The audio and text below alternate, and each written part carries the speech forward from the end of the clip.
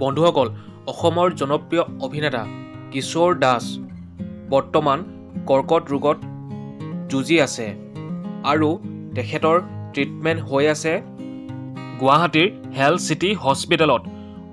অসমবাসীয়ে সহায় কৰিছে তেওঁক আৰু ইতিমধ্যে কেইবা লাখ টকাও তেওঁৰ বেংক একাউণ্টত জমা হৈছে। কিন্তু একাংশ দুষ্ট চক্ৰই তেওঁৰ এই বেমাৰৰ সুবিধা লৈ ধন সৰবৰাহ কৰাত লাগিছে।